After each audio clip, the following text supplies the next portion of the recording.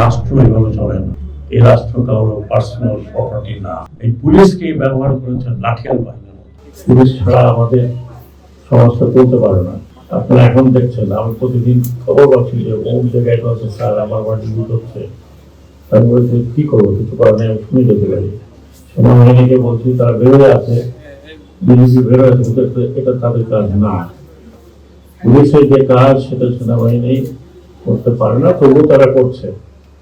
তারপর তারাও এটাকে সামিল হচ্ছে। আপনারা দেখেছেন গতকালকে গোপালগঞ্জ যেতে হয়েছে।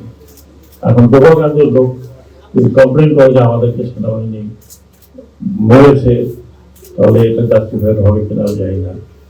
আমাদের দেশে এই সমস্ত ঘটনা আমি যদি এক কথায় বলি, আপনারা আমার কথা অনেক শুনেছেন। গত 15 বছর, আরো 20 বছর ইলেকশন কমিশন থাকতে আরো 5 বছর শুনেছেন।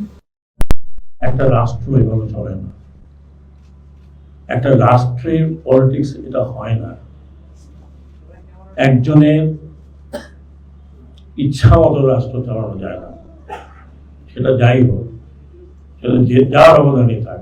এটা বঙ্গবন্ধুর অবদান ছিল ঠিকই, কিন্তু হাজার হাজার লোক যুদ্ধ করে 30 লক্ষ লোক মারা যাওয়ার পরে এই রাষ্ট্র স্বাধীন হয়েছে।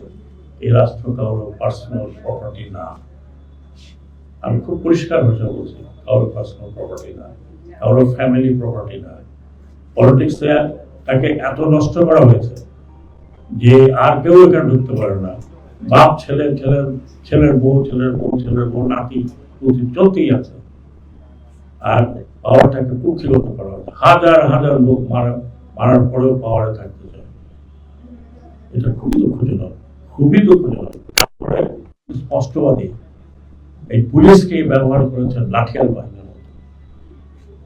এই পুলিশকে ব্যবহার তৈরি করেছে, মারণাস্ত্র দিয়েছে। পুলিশের হাতে 7.62 দেখে আমি আশ্চর্য হয়েছি। এটা বোধ হয় 15-20 বছর আগে দেওয়া হয়েছে।